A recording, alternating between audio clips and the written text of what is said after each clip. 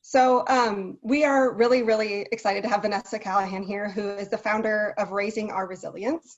It's a parent coaching company.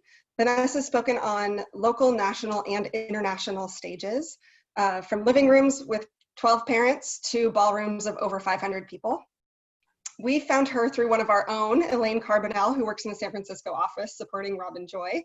And Elaine met Vanessa at a school workshop and jumped into her Raising Our Resilience Facebook group, and actually ended up winning 2 tickets to spend a whole weekend in Sonoma with Vanessa at an emotional mastery retreat for parents last month. And we are super lucky that, that Elaine brought Vanessa to us here at DocuSign so she can share some tools and strategies with us to help us all raise our own resilience. So with that, I am going to hand it over to Vanessa.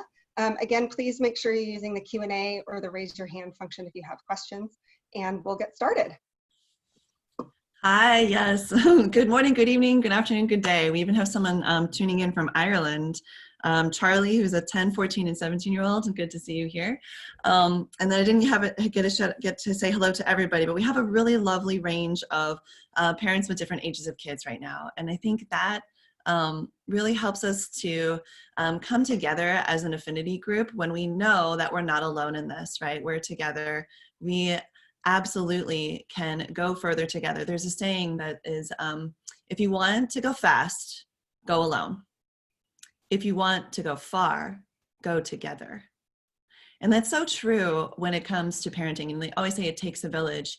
But there's something that's even deeper going on here when you have the layers of the different roles you play, right?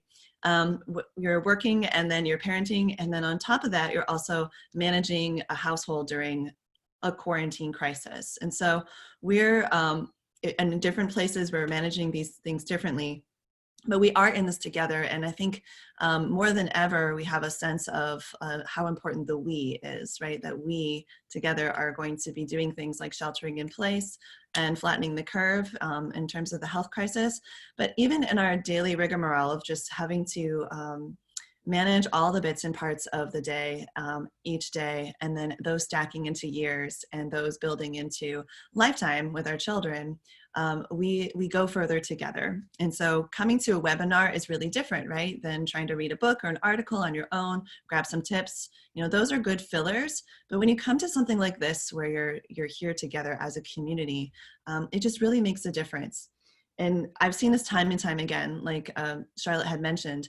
I've brought people together in groups of, from 12 to 500. And one of the things that happens is a masterminding process.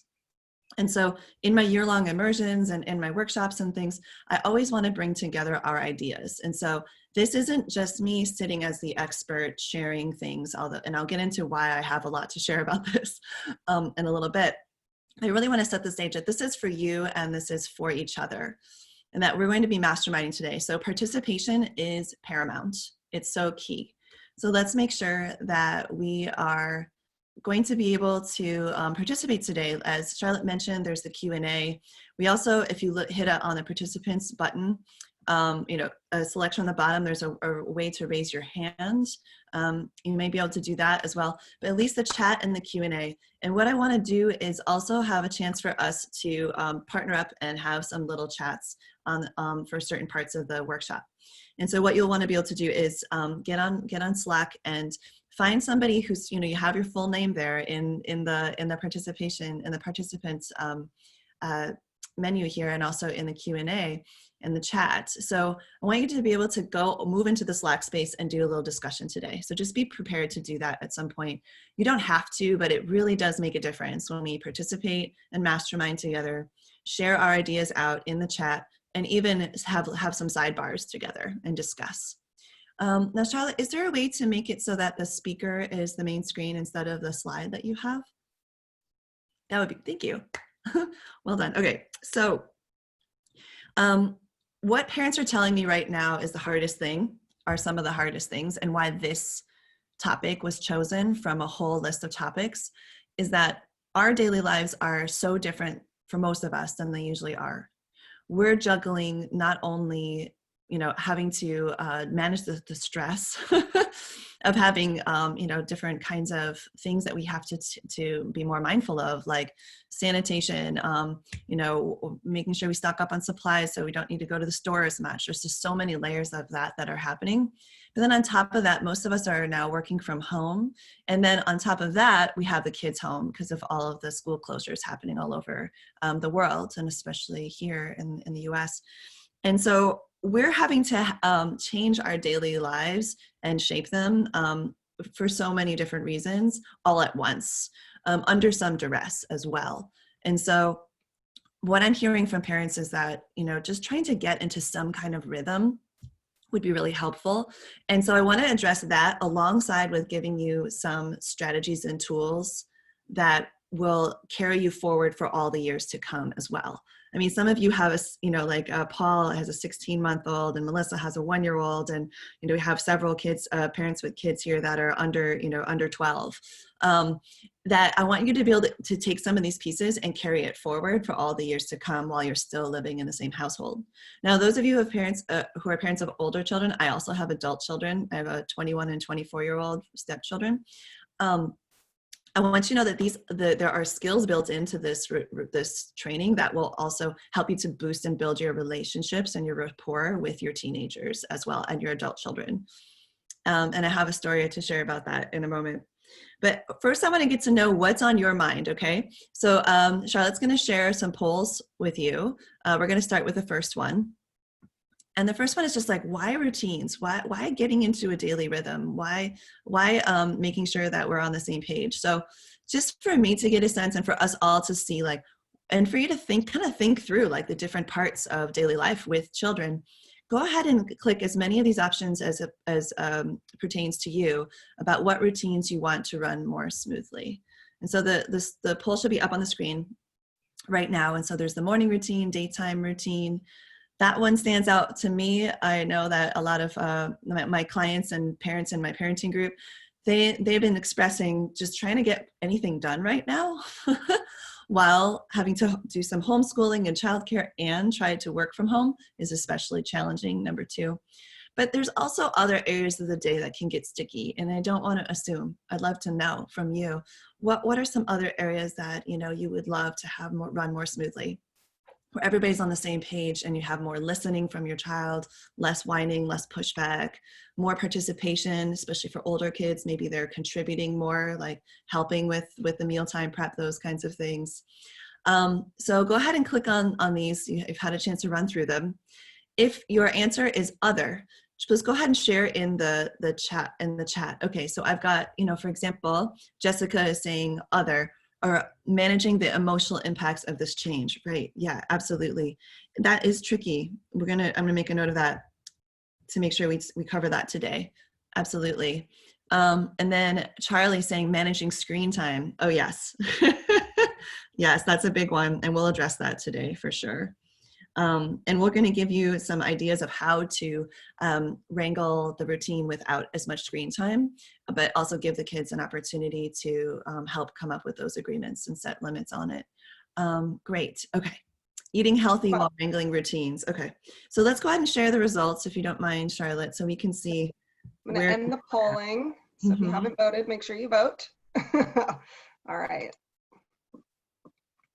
And share the results. Here they are. All right. Okay. Yes. Ooh. All right. So the morning routine. Yeah. Right now it's like hard to get out of bed even with everything that's going on and getting the day going. We are more tired than usual. And that kind of goes with number 6, the self-care routine, right? So we're not burning out.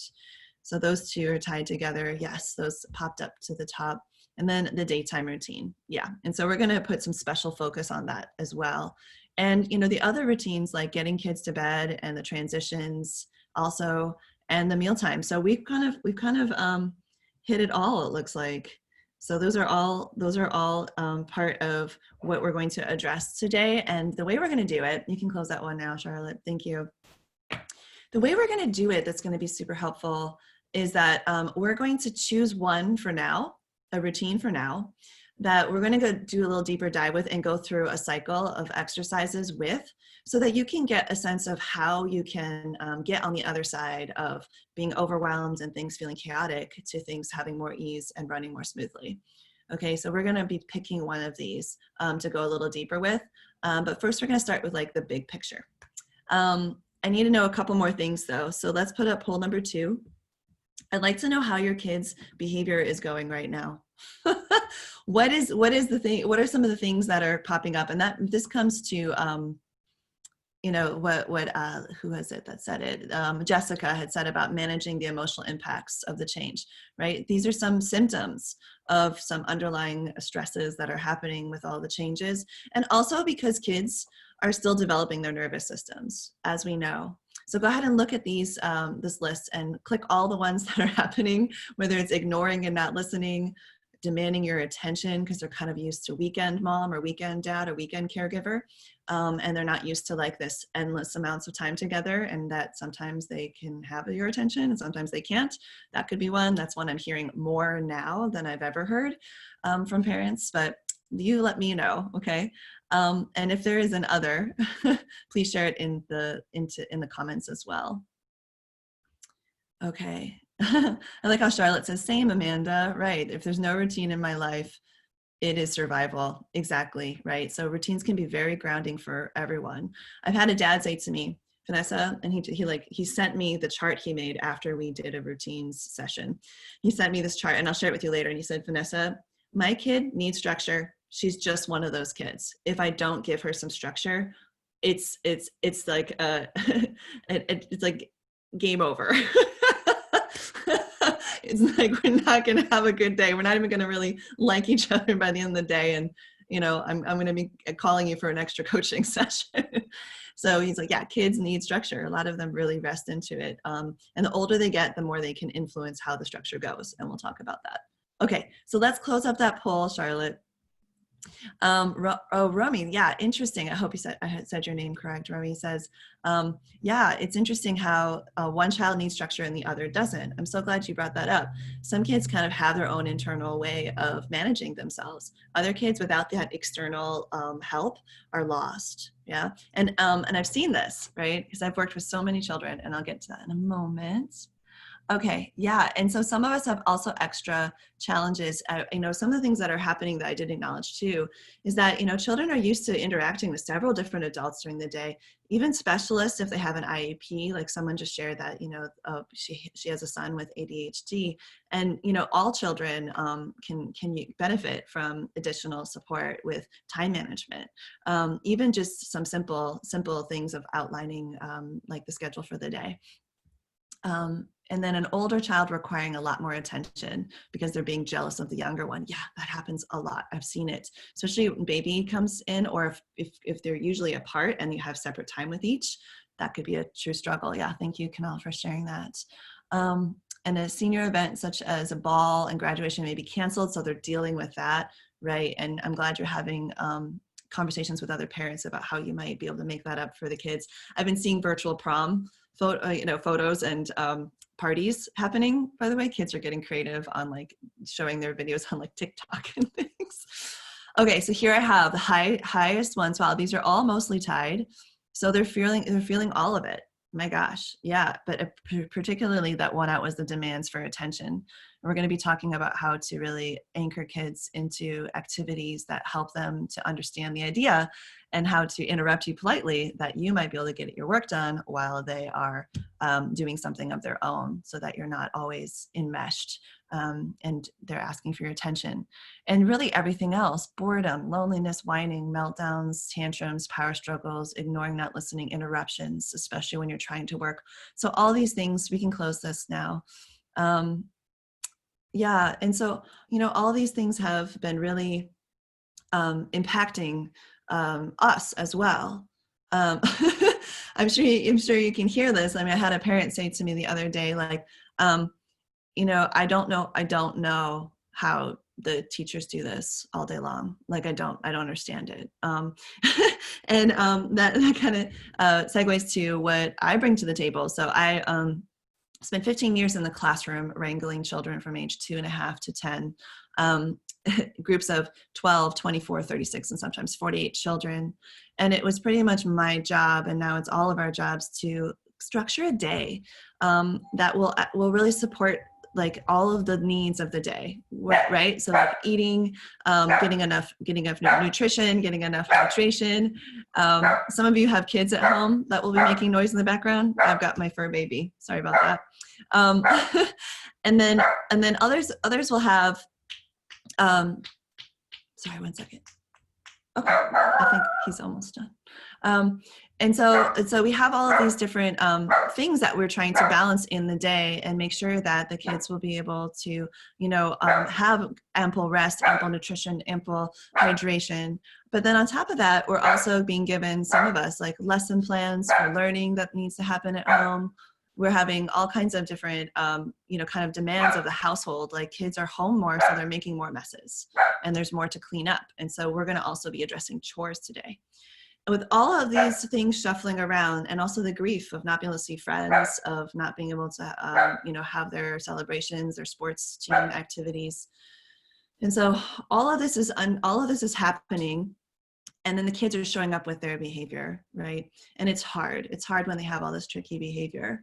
So what I'm hoping today is that we can have these kids transition into something that feels semi-normal-ish. We're going to go for that today, okay? Semi-normal-ish. In other words, like normal enough and rhythmic enough that they can settle in and feel that sense of security of having that rhythm, but also adaptive enough that we can continue to learn and evolve what our daily life is going to look like as we see the needs come up. So all of those symptoms that you were mentioning are showing signs of distress. Yeah. And so we're going to want to address that from many different levels. The main strategy that I want to share with you from the classroom is how to get kids on board with a routine that actually works, okay? And so let's put up the third poll. This poll is goals and wishes. So what are some things that you would just love for your children to do or have right now, okay? Would you like them to follow the routines more, listen and get on board with your requests more, have more independence with everyday tasks, have fun while getting their chores done and actually do chores, right? Which is just helping out with to maintain the space that we're all stuck in right now. How to get everyone on the same page as a family.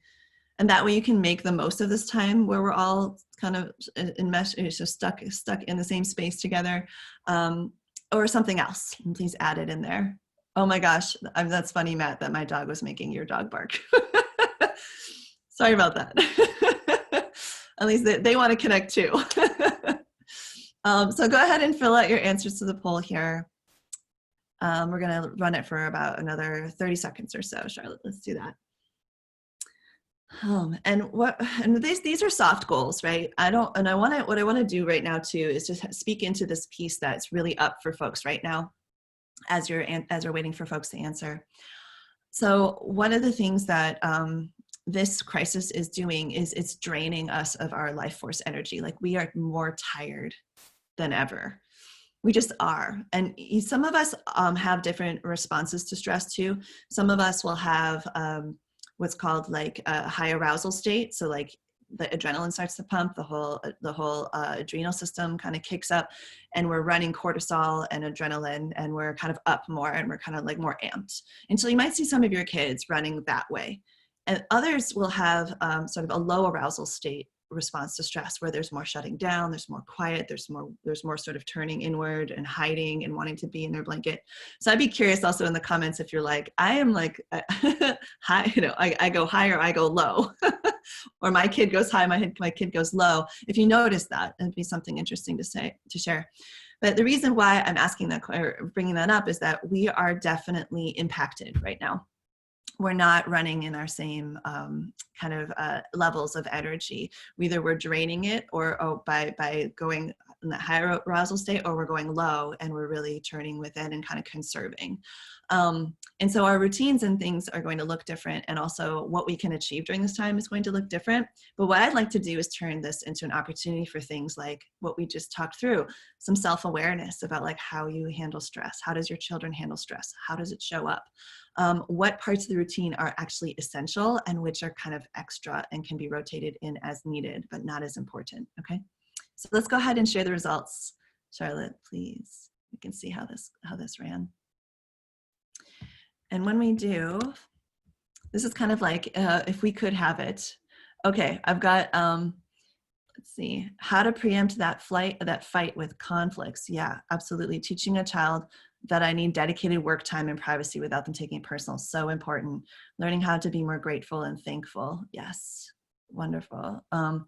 Feeling really reactive instead of proactive, better. That's from Jessica. And yeah, so how to actually keep your own sort of calm and cool in that moment, so you have that pause to make a decision rather than react. So you can be responsive instead of reactive, or even head it off with some being proactive. Good. And just handling tantrums, Mark, I hear you. Yeah, I have a whole training and that's a mastery weekend that Elaine just came for 3 days in Sonoma with me to learn about that, because it's such a big topic. What I can tell you is that setting things up for success and getting children on board gives them less reason to be reactive and to tantrum, because they know it's coming and they're more on board with what's next. So we can handle some of that today. And Rami says, yeah, Rami says, yeah, she goes hi, or he goes hi. Sorry, I'm not sure about your pronoun. Charlotte, are we able to see the quiz results? I'm not seeing it on our screen here. Let's see. It says that attendees are viewing the poll results. Oh, okay. So for some reason it didn't come up on my screen. Would you mind reading them off? Sure. So we had the top 3 were listen and get on board with my request more. Have more independence with everyday tasks, have fun while getting chores done. And then close second, they were all around 50%. So I would say mostly all of the above. Be on the same page as families so we can all make the most of our time together, and then follow routines more. They're all very, very close, so highly ranked. We could have just had an all of the above selection and everyone probably selected that. Right. Yeah, and it's interesting. So we have about 50 people here, and we cover the spread. And so how did I come up with this list? It's from having hundreds of conversations with parents about these kinds of things, and especially right now, I'm just really paying attention. And these are all wishes and desires that make sense. And so I'm going to share something real quick here. And so part of why we're experiencing all of this, let's see. And so what I'm hearing is,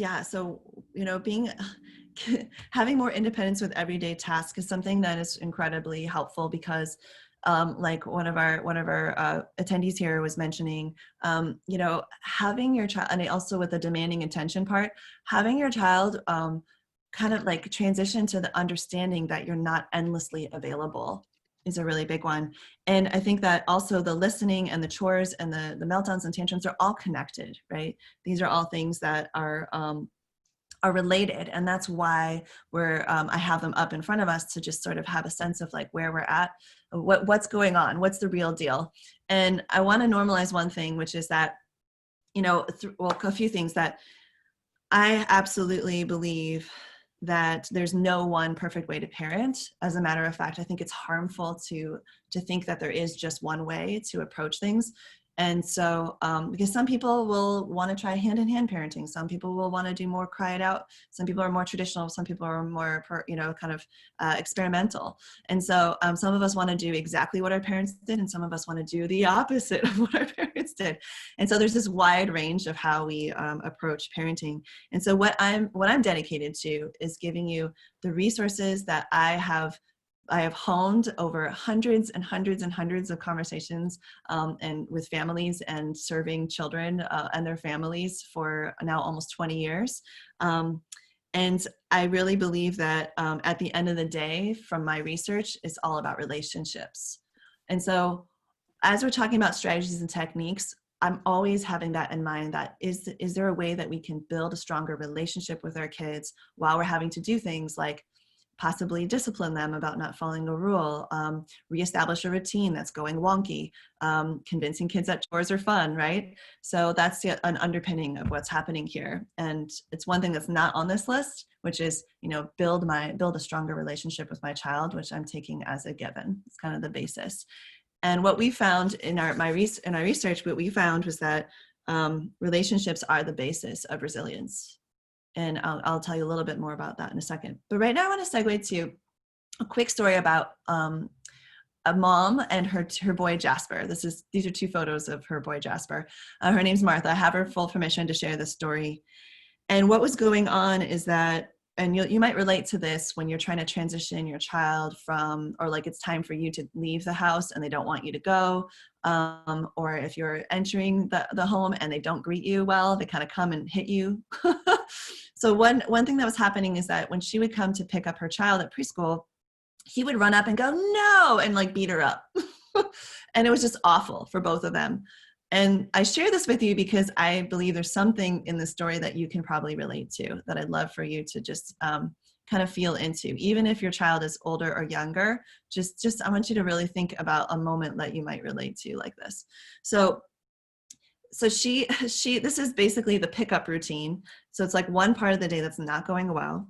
And so she was coming in and just looking so like nervous to pick up her child because this bad routine, this like not ideal thing kept happening. And so after about the third time of just like, kind of being hands off and letting her handle it, I saw her distress and I approached her. I said, Martha, would it be okay if I try something different? She's like, yes, please. Yes, please, Vanessa. I was like, yeah, okay, great. And so I invited her son, Jasper, to come and step inside the school for a moment. I said, come on, sweetie, why don't you come with me? Oh, you're not ready? Okay, would you like me to pick you up? Or are you ready to walk? Oh, do I need to hold your hand? Okay, you know how this can go. The kids are like, no, and he's still trying to do this. I was like, okay, let's go inside.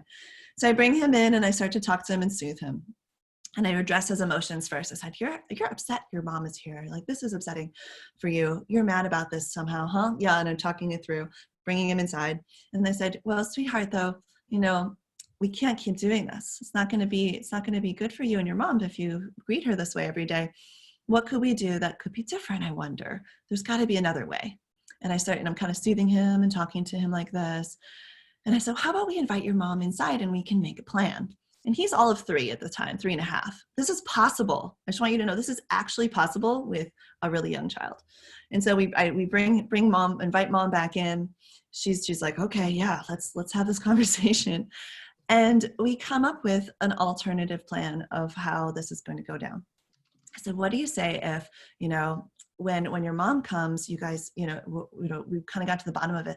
What do you say if she has a seat on the bench and watches you play for 5 minutes, and then she'll show you when there's 1 minute left, and then she'll show you when there's 1 minute left, and then you'll know that it's time to go get your stuff. And she's like, okay, I'll try it, And I said, well, why don't we just practice it real quick, right? So, and there are all these strategies built in here, by the way, that we're going to go over. So we practiced it. I said, okay, here's how it's going to go. Just like a little play. Okay. Your part is to say, hi, mom. And her part is to go sit on the bench. Ready, go. And they practiced it. And I went up to Jasper and I said, okay, remember, this is the part where she shows you 1 minute and then you go do one last thing and then go get your stuff. And so she put up 1 minute, he put up 1 minute. And then they're like, okay, they practiced it and he practiced getting his stuff and they left hand in hand. So of course it didn't go perfectly every time, but we sure reset that routine, didn't we?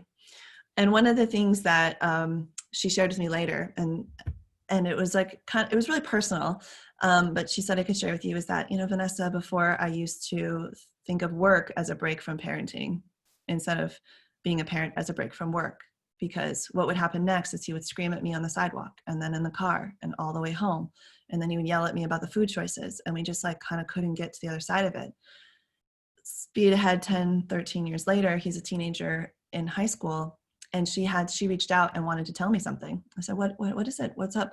She said, you don't understand what a big impact it made for us to figure out that small routine and having to build our relationship off of that small routine. Now he's a teenager and he's still a hot, spicy kid. He's still strong-willed, and I love these kids. They're so powerful. But, and we both have our tempers and things, but let me tell you a story of what just happened. So we were in the car and we started to fight about something, and we both agreed, because it's been our routine around like our disagreements, that we would take a break and stop talking until we had a chance to cool down. So we turned on some music and just stopped talking.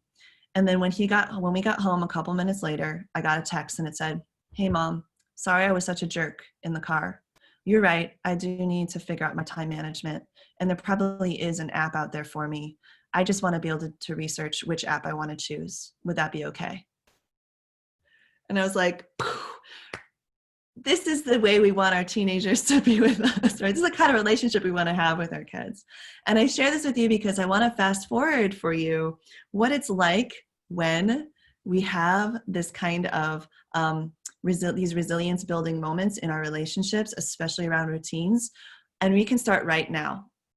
They don't have to be 3. They could be 17, 19. We have some parents of 19-year-olds even, right? We can start right now, and it can have all the difference and build that relationship for all the years to come.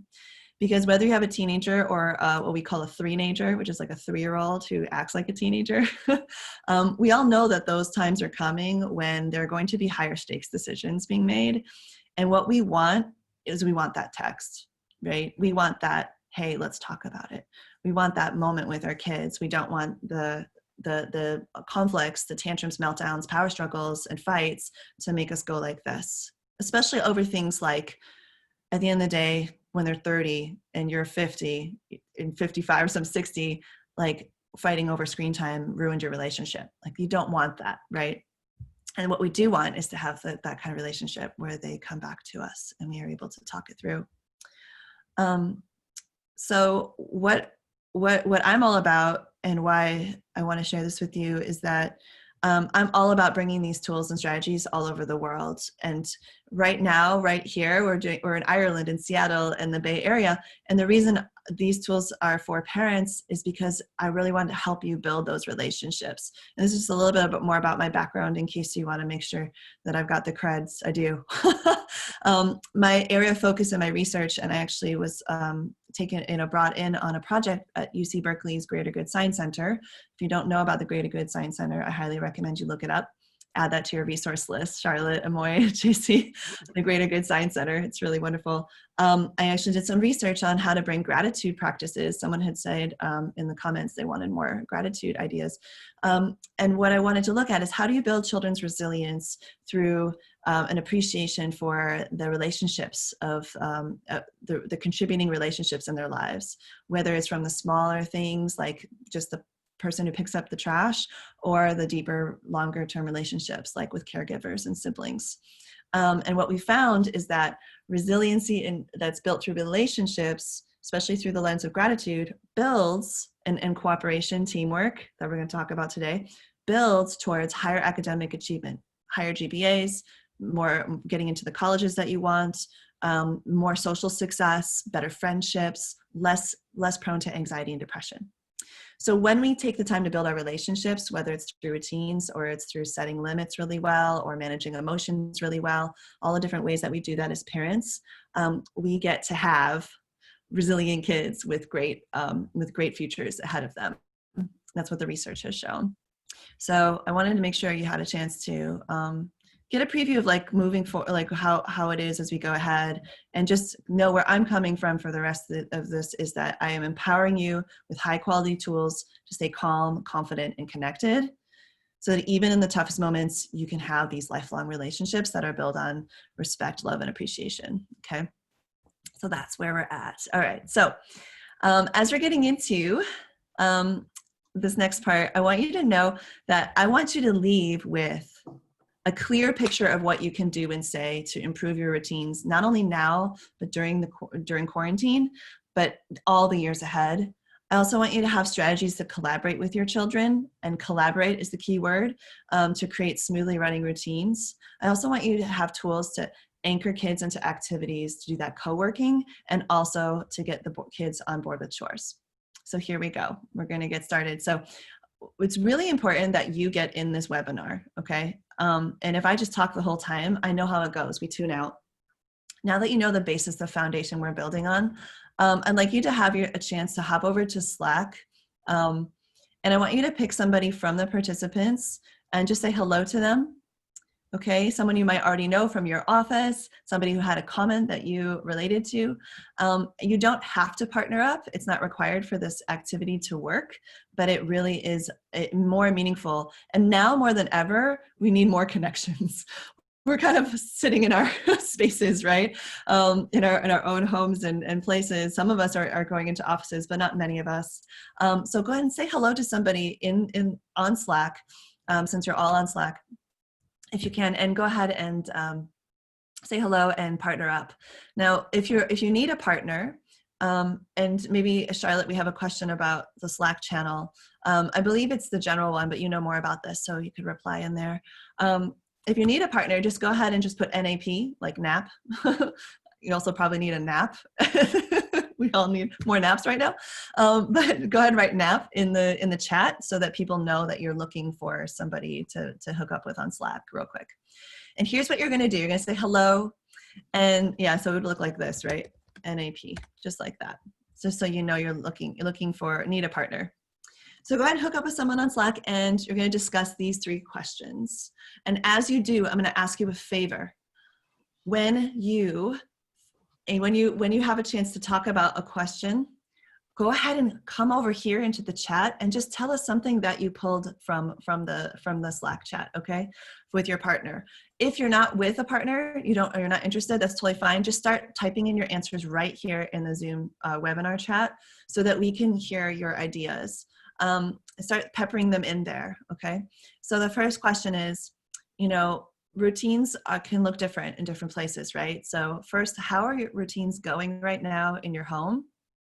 And then next, it can go so right or so wrong. Like, what have you tried and how do your children respond? Please tell us, okay? Please let us know. And then, because this is where we're masterminding. This is where we need each other, okay? We all need each other to be able to do this. So go ahead and put those ideas in the chat. You're going to be talking with each other on Slack and then coming back here and putting it in the chat. Also, it's not easy to address these things, right? So what's the hardest thing about this routine or about routines in general right now that if you were able to get on the other side of would make all the difference? This is a chance for us to really be seen and to see each other. So it's important that you participate, okay? So go ahead and head over to the Slack channel or go ahead and start answering these questions right here in the chat. And as a group, we'll be able to see your answers, okay? So I can break the ice, like how are routines going right now in your home? Like, well, it's a little quiet because my kids are with their mom and dad right now. What have you tried? So one of the things that's been hard to get established is a routine with my stepkids that we're going to see each other once a week. So far we've tried, texting to make plans, going on hikes, and group FaceTime. And we want to try some virtual games. Okay. And then the hardest thing is reaching out. Yeah, so Selma, I bet you do and you don't know it. She says, it's weird that I don't feel like I have a routine. I'm constantly just winging it. Well, first of all, maybe that's the answer to number one, right? Like, I'm constantly winging it. That's how routines are going. Selma, I'd be curious, have you tried anything to try to put something into place? Like, for example, it could be something as tiny as after we eat, everybody brings their plate to the sink. Or before we eat, everybody washes hands. It could be a mini routine, okay? It doesn't have to be the whole thing. Just like Martha's, where it's just the leading routine that we were looking at. And Charlotte says she feels the same way, like what is up and what is down sort of feeling, right? So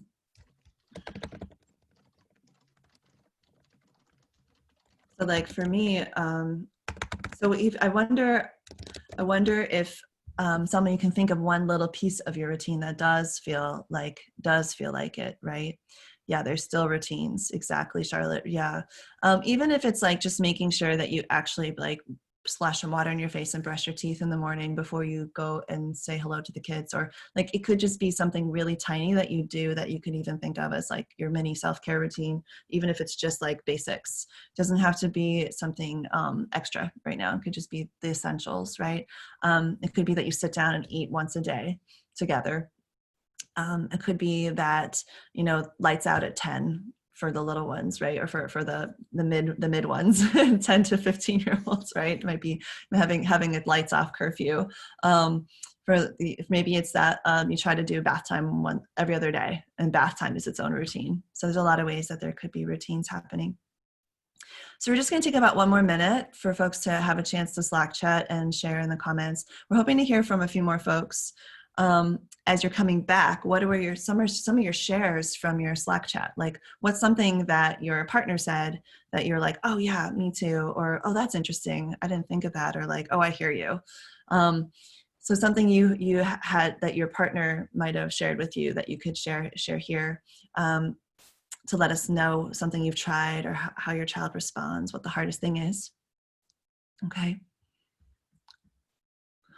And something I want to address too is that, right now is a really easy time for parents to give in to guilt, and to feel overwhelmed, right? And if you can hear me, just say, I hear you in the comments. I hear you. It can be tough because there's a lot. And Romy, I got your name and your pronouns. Thank you.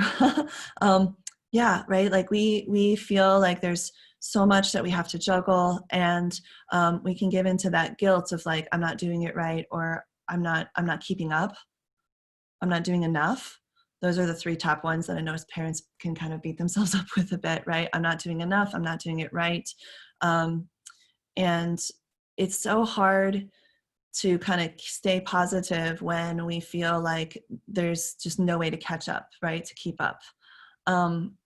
Yeah, your personal anxiety, Selma, totally, yes, right. And you're doing probably that low response, right, of wanting to retreat and kind of shut down, and not push forward. So one of the things that I'm hearing, and I'm coaching folks about, is just letting go more often, and sort of accepting what is in the moment, knowing that you can always revisit it and try again the next day. Like, I just coached one of my clients through this. He had a horrible, awful day with his daughter. They were just fighting like, cats and dogs. And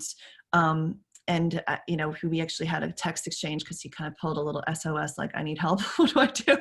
And I was like, what can you let go of right now? Like, what actually needs to happen today and what can wait?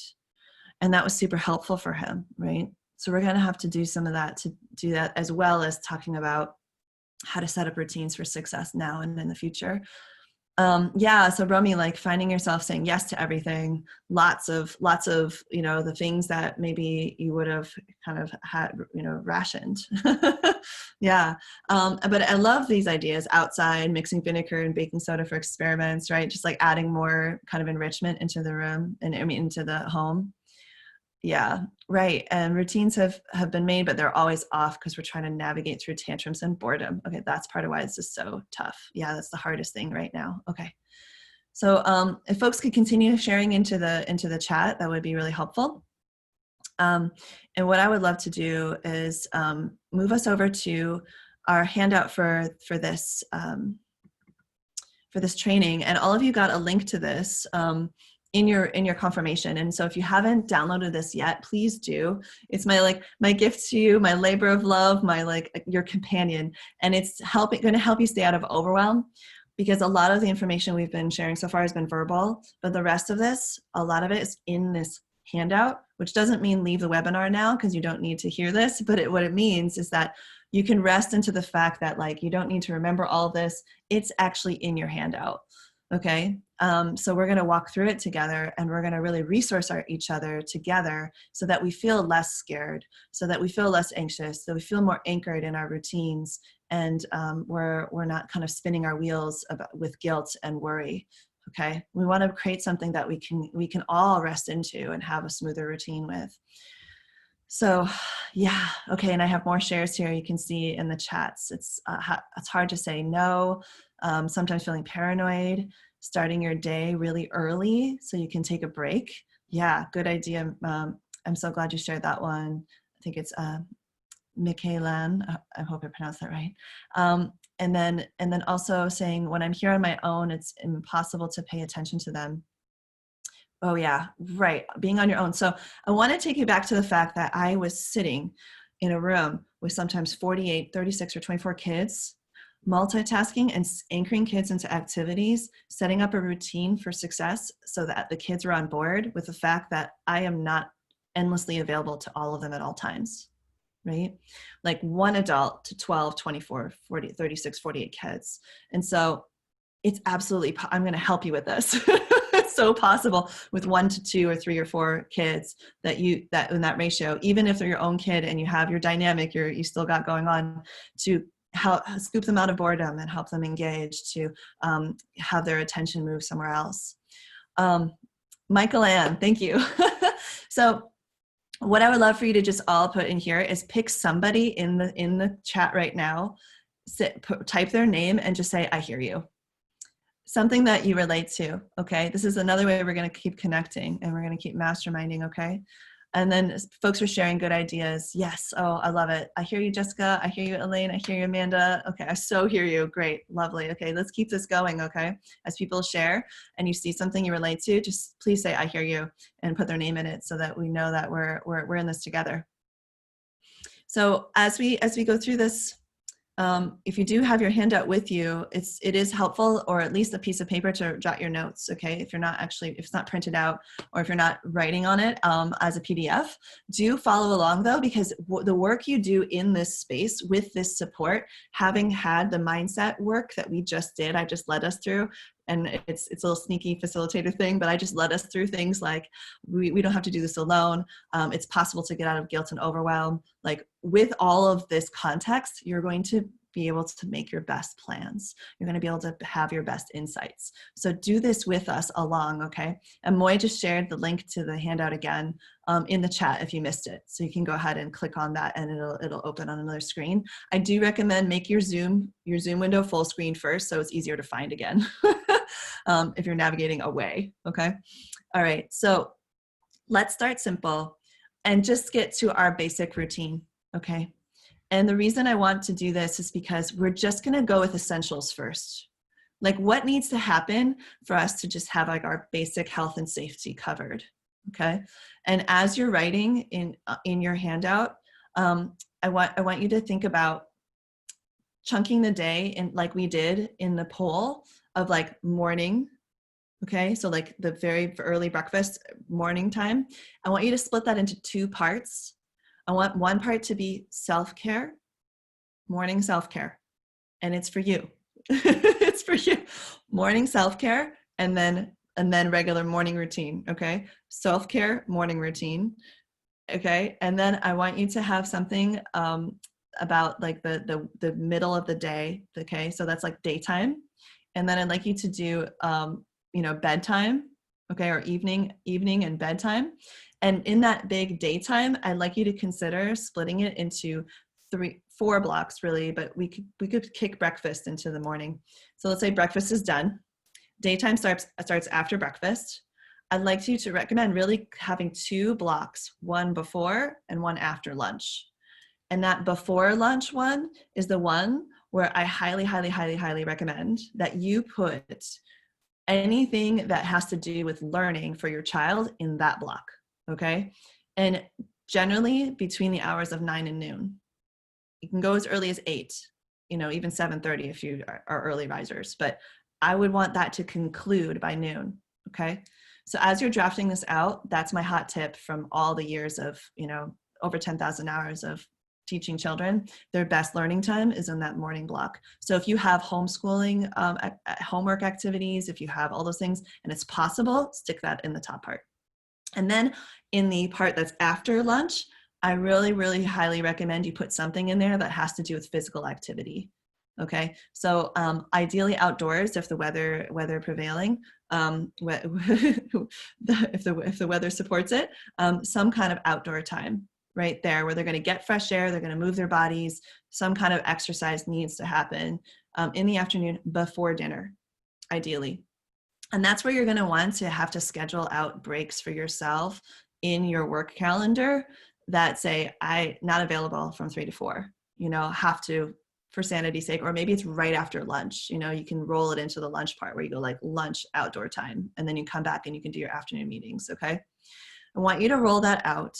And as you're doing it, I want you to notice which areas are like, oh, I don't really know, okay? And make note of that and put it in the chat. Tell me what areas of the daily routine you're like, this part doesn't go right. It could be like the learning while you're working, morning block might be it. It might be bedtime because they might be battling, and grumpy. It might be morning time because they're grumpy and battling. They don't want to get out of bed. Let me know what it is as you write it. It'll just be interesting to see. Okay. So you should have a draft now that has a self-care spot, a morning routine spot, before or after breakfast, before lunch spot, which could be like, I would call like work time, work time. And it's what we called it in this class too. The kids know what work time is. Lunch, and then, afternoon time, something with exercise there. Yeah. Dinner time, and then some sort of evening block or bedtime routine. Now, if it's not possible for you to fit the outdoor time before dinner, I would do it immediately after dinner, okay? If you need to scooch it down there, you can, but ideally you'd actually get to have both. There'd be two spots where the kids can move their body, okay? Their bodies. It's what I've seen they need. Even teenagers, need at least once a day. They need something, because even if they're like home from college, like my 21-year-old right now, like I'm getting him out there on hikes because he had to walk bike from campus buildings, and he got his exercise in between classes. And right now he's sitting in front of a computer all day taking his college courses. He doesn't even realize how much he needs it, right? Until we go on the walk and he's like, oh, it's so good to break a sweat. I'm like, I know, hon, right? Yeah. Okay. So we have some questions and comments here. So it looks like we have lots of links to the, we definitely have links to the document. That's good. Yes, does Einstein's count as learning or assigning time videos? That's a really good ball of wax to unwind. What is considered learning, right? And I think depending on the age of the child and depending on how interactive the video is, I think absolutely there are a lot of great educational programs out there, and a ton of them are free right now. Like there's Ranger Rick, and you can like go into museums, and a lot of great programming out there. It does count, and the younger the kid, the more time they need hands-on with things. So like a 3-year-old, it would probably be a ratio of like 80-20. They need like hands-on things, or 70-30. With an 8-year-old, 10-year-old, you could start heading into 50-50. But after that, you can, it can be a lot more virtual. But ages 10 and under, especially, they really need hands-on things. And then as you're getting into that kind of tween time, that can be tricky because they think they can do it all. They can do everything online without any interaction, and really they do need it. And so you have to sort of coach them through that. And then the teenagers often can manage their learning all virtually. When the kids wake up and when I wake up is a tough time. Okay, so Ryan, when you say that, I wonder like what happens. Share that in the comments. What happens when it's tough in the mornings? Because I would love to share with you some ideas. Melissa says, for me, if I take a break midday, it's harder to come back because the baby doesn't want to let me go. I'm having to do it at the end of the work day. Yes, right. Yeah. So when the baby doesn't want to let you go, that's a tricky one. And we're going to talk about anchoring kids into activities in the second part of the webinar. That's going to help with that. And sometimes your break just needs to be where it needs to be. So this was just my suggestion, right? An outline for you to play with. Elaine says the afternoon time and getting them to exercise. Yeah, that can be tough because they hate moving their bodies for physical exercise. So Elaine, we're going to need to jam on some creative ideas that like you maybe need to reframe it, not calling it exercise anymore. Right? You're like, we're going to play a game. We're going to do a thing. We're going to create an obstacle course, or we're going to, do something that's like different. Or you just say, we're going on a car ride. We're going. Time to get some fresh air, and you get them in the car and you go no matter what. You're like, we're going to go. This is the time where we drive over here to where there's a park, and we're all going to walk around this 3 times, see how long it takes. And you sometimes have to kind of just like muscle it through a bit, being like, this is part of the routine. And we'll talk a bit about though how to get them on board more collaboratively. Ryan says it's tough in the sense that we have to set ground rules of what he wants to do and what he's allowed to do. Yeah. So the difference between that, right? So if he can be up before 7, means that you're getting less sleep. Oh, I hear that. Yeah. Or he's coming in the room and saying, play with me. Right. Okay. So there's going to be some boundaries we're going to talk about, Ryan. Times where you are available, right? You said ground rules. Times that you are available to be pulled into his activities, and you have to have those times so he knows he can look forward to them. But being able to actually set that up in the routine, and we're gonna get to that in a moment here. Okay, so we've got more, but I'm gonna keep moving. Malcolm, yeah, I love that. Melissa, great idea with the obstacle course. So many of you have listed it out here, and I'm just wondering if anybody would be willing to share theirs with us. And go ahead and say like, I'll share in the comments if you're open to that, because then we can actually bring you on as a panelist, and you can just like walk us through yours, and you'll get more attention and support from me, because we'll talk it through a bit. Is there anybody who's willing to talk it through? You could say, yes, I'll share. You can go ahead and write it, I'll share in the comments. Sometimes it takes a moment too. And what I want you to bring your attention to also is that, you know, the hashtag parents channel in the Slack space is a great space to start sharing these ideas. Like JC just shared an awesome idea. The obstacle course Melissa just shared, can also jumping jacks, right? How many can you do in 1 minute can work sometimes. Yeah, right? Like, oh yeah, we're going to talk about time and how to use timers and things to motivate. Go ahead and put them in that Slack channel right now, or in the next week. Like let's throw some really great ideas at each other. There's also I'll be in my own Facebook group sharing ideas, Raising Our Resilience Parent Group. It's called Raising Our Resilience Parent Group on Facebook. And then a friend of mine started one called Pandemic Playtime Activities for Kids. And she's a mom who went to one of my retreats, and I'll be sharing one of her routines that she came up with. And it's got over 1,000 parents are sharing a bunch of links to great ideas. So if you're on Facebook, Pandemic Playtime for Parents and mine Raising Our Resilience Parent Group are both really great resources where there's a lot of focus on this. So feel free to join us over there. Okay, so, oh, great. So Ryan will share. So let's promote Ryan to a panelist if we could. And then maybe Charlotte, you could help me with that if you don't mind. That'd be great. And then I'm going to stop share here and be able to see Ryan.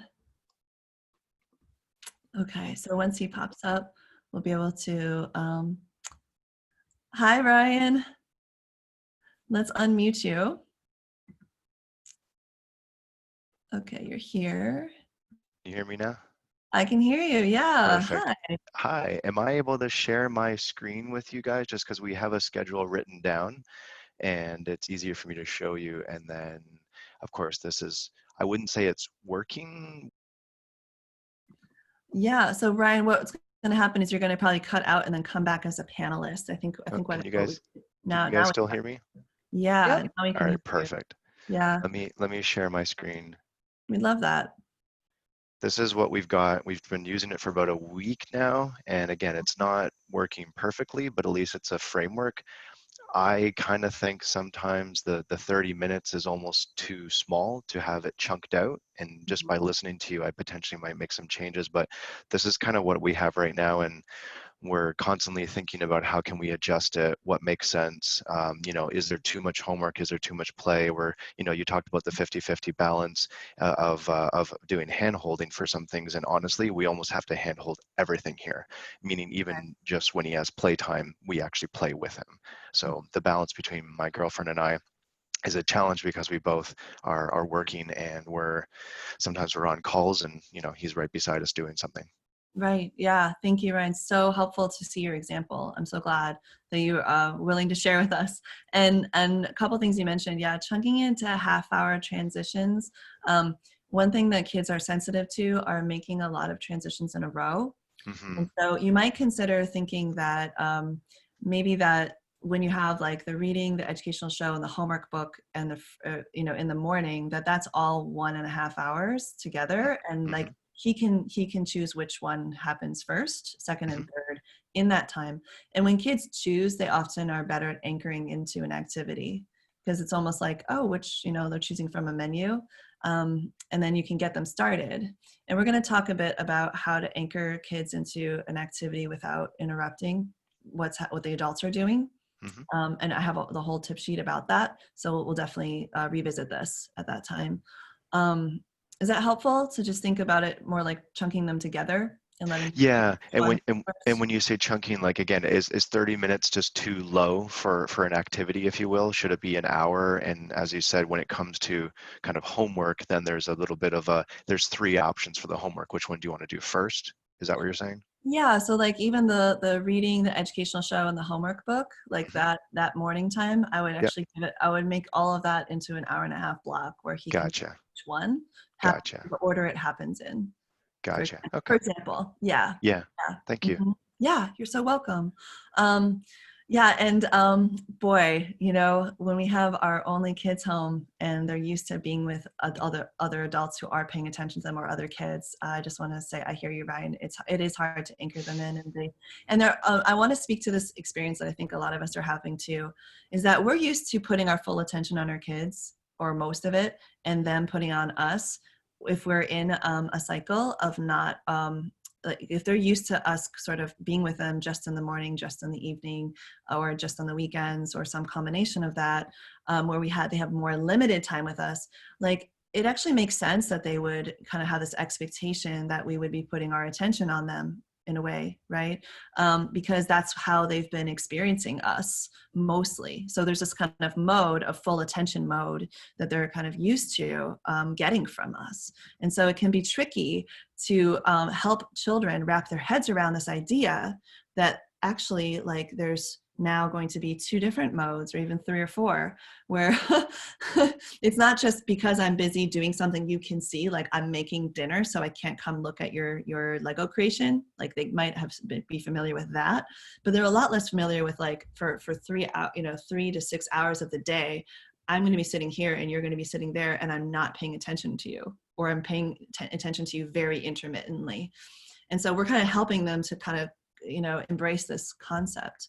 And so I'm actually interested in kind of skipping ahead to that, because I think it's one that came up a lot in the survey and in the concerns that have come up.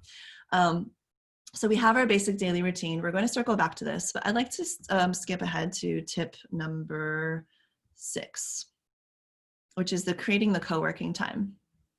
And the reason why I think this is going to be so helpful, and I hope that, can you see my screen still? No, not yet. Okay, let me get this back again. Okay, you should be able to see it now. And so the reason I'm showing this to you is because even though you may or may not have it in front of you, it's just helpful to kind of see a thing that you'll refer back to over and over again. But also because I want to just bring your attention to these 3 areas on the side where you're going to be able to, jot down some of your ideas. If it's in a PDF, you can type it in, but you can, these are the 3 things that I would love for you to also share in the chat, just like we did in the Slack chat part, the partner sharing. So here's what I have to say about anchoring kids into activities. And again, I ran a Montessori classroom where 80% of the children were doing independent work side by side or in partners, not with the expectation that they're not going to be constantly interrupting each other, and that I'm not going to be constantly available. And so you can imagine, like, just visualize a room full of like desks and rug spaces and little tables, and there are pairs or singles of kids all focusing on their own work. And it was like a process to introduce this whole concept to children. Like, it's not something they're necessarily used to, like I was just speaking to, either because in their classroom it's just highly engaging, where like the teacher's like always talking and re-engaging them in the activity, like, okay kids, now take out your pencil, that sort of. They might just be used to a little bit more like an edutainment approach. That might be a reason. And another is that, like, they want us. They just want us. They want our attention. Or they're used to being at home, being like, oh, this is where I get to just veg out and do whatever I want. Like, there's no structure around like homework here, or like, work time, daytime work, maybe a little bit after school, but not like blocks of time during the day. So two big pieces here. Help them find activities that they actually already anchor into already, and have them practice with those activities in order to establish co-working time. So you don't necessarily want to start with the thing that they usually need help with. Like if they need help sounding out the words in their homework and their reading book, like Ryan was just sharing, right? He has reading as one of them. If he usually needs help with that, it might be a tough go, right? To try and establish this idea of like co-working time with that activity. So what I highly encourage my clients to do, I just did a training on this also in my Facebook group, is to really tune into what your kids are already naturally interested in. Okay, besides screens. Screens we will use them because we need them right now. Absolutely. And they are on the table. I'm not taking them off the table, but I'm trying to give us more, because if we do screens all day, they will get grumpy, there will be more fights, and you'll feel more more stressed out and overwhelmed. But so we'll use them in doses. But looking at other activities that your kids are naturally interested in, and bringing those into the forefront and like really putting them on the table, or even pulling out like an extra mat or rug or something and putting them there, and really setting it up for success. We're like, sweetheart, like I'm going to be over here doing my thing. And you know that, you know, mommy, daddy, grandpa, grandma, right, caregiver, has to do work on his or their computer at home now. And that means that I have to pretend and like go into this bubble of like, I'm at work, which means that I'm not going to be available. And for a young kid, you could say like, my eyes are going to be here and my hands are going to be here, and I can't go to the other room. I have to be right here. See? And like you'll show the person who's in the meeting and everything, you can show it to them and explain. But more importantly than getting them to understand, because kids are egocentric. They want what they want first, and they put that first generally. And even empathy and things don't really kick in until age 7. So especially if you have kids under 7, or if you have a child who's like, you know, a normal child focused on themselves, egocentric, 24 and under, very egocentric. Even my 24-year-old right now. Anyway, you're going to want to help them anchor into something that they're really interested in. And you can help them with this. If they're an older child, come up with a family list together, right? Like, hey, I'm going to write down some things that are not screen time that I like to do. How about you do too? And you can like hang out at dinner one time and have a little notebook and write it all down. With the younger kids, you're going to have to do some more detecting work, especially if you've got like a 2-year-old or 3-year-old at home, right? And just notice like what activities are they already just like, they'll just do over and over and over again, and they just love it. And build from there. So the first question says here, right, high interest activities. So I want you to think right now, and you can put it, I want you to start writing in the chat, please. What are some of the high interest activities that your kids are already will kind of just be engrossed in, right? And how will they just like get into that activity first? So go ahead and start putting that. Oh, Romy, nice to meet you. Yeah. So go ahead and put that in. Yeah, someone said YouTube, LOL, I hear you, right? YouTube kids. Now I'm thinking of non-screen things as well. So yes, Stacy, absolutely, but other things as well. So yeah, reading books from their favorite series. Like notice what other people are writing up here, because it might jog your memory of like, oh yeah, I remember that one time my kid just could not put those books down and just wanted the next one and the next one. Hand painting, Legos, Play-Doh, chess, reading, good. Making art, so is what Melissa likes to do. So they've been doing that together, and your child is actually asking to do art with you, to make art with you, Melissa. How lovely. So these are some great ideas, right, of high interest activities that you can anchor them into. I also want to encourage you to dust off activities that have been sitting around that you could reinvigorate. And I do this all the time in the classroom. You have to imagine that I would have these different materials laid out, and if I noticed something wasn't really getting much attention, I would put it away, and I would take out something that hasn't been out for a while and add something a little bit new about it. So it could be like, let's say self-portrait work where they had a little mirror and they were like trying to draw their face, but this time I would do an example of how to like really look at your eye and just draw your eye. Or I would change the medium. So instead of watercolor pencils, it's markers, and do one little tweak, and it's amazing. Kids will get back into it. So you don't necessarily have to go and buy like 20 science kits to make it through the pandemic. Okay. Like you can dust off things that are already at home, drag out that game that you haven't played in a while, play it, together after dinner, and then they can pull it out with their sibling the next day because they remember the rules again. I have a a client who pulled out a deck of cards and finally realized that her 4.5-year-old could learn how to play like basic games, you know, and even learn a bit of like sorting and solitaire. So you could definitely pull those out. Melissa's asking for board game suggestions for 11-year-olds. Everybody on this call, throw some ideas at Melissa right now about board games for 11-year-olds. Absolutely. They love things that are like puzzle based, you know, like things like Clue are really fun. Thing about board games alone is that they're a little bit less exciting if you just have an 11-year-old at home. So you might want to think more in the like project side of things, the building, the sculpting, the crafting, researching is another one. And then, so go ahead and write down some things that you, whoops, let's see. Go ahead and write down some things. Uh-oh, I think, hold on. I have to resume the share. There we go. Go ahead and write down some things, some activities that you could possibly like dust off as well, okay? Would love to see your thoughts on that. So you can help with that. Okay, help to generate a big fat list for us all. Now, it can be as simple as just taking, like, the environment gets boring when the kids are in it all the time. And I guarantee you that most of you have too many things out right now. If that's you in the comment, just say, that's me. That's me. I've got too many things out right now. And you can't help it. The kids just like, they take it out, right? They take it out, the things, and you're like, well, I don't want to, they're playing with it. Should I put it away? Should I not put it away? So as a family, you can actually do this exercise where you take everything and put it into garbage bags. And then you drag it into a different room, and then you go digging for treasure in the garbage bags of things that you love, or like bins, right? You don't have to put it in a trash bag, but just some container. Laundry baskets work really well, and they get to choose, like, pick the ones that they want to have on their shelves and in their spaces that actually fit. And then the other ones get put away, and you take out the basket every Sunday and refresh the room. Put 3 things away, take 3 things out. You know, it might be, you feel like a little bit of a power struggle at the moment, but trust me, they'll thank you for it in the end. Because they're overwhelmed. They're like, there's too much stuff. I don't know. Anybody ever walk up to a book of like a shelf of all of the books you wanted to read that you've stored, and you're like, I don't know. I don't know which one I want to read. I'm not going to read then. Just go turn on Netflix. So it's kind of that experience that the kids are having when there's too much around, and things get stale and they get mixed together, and it's like too much.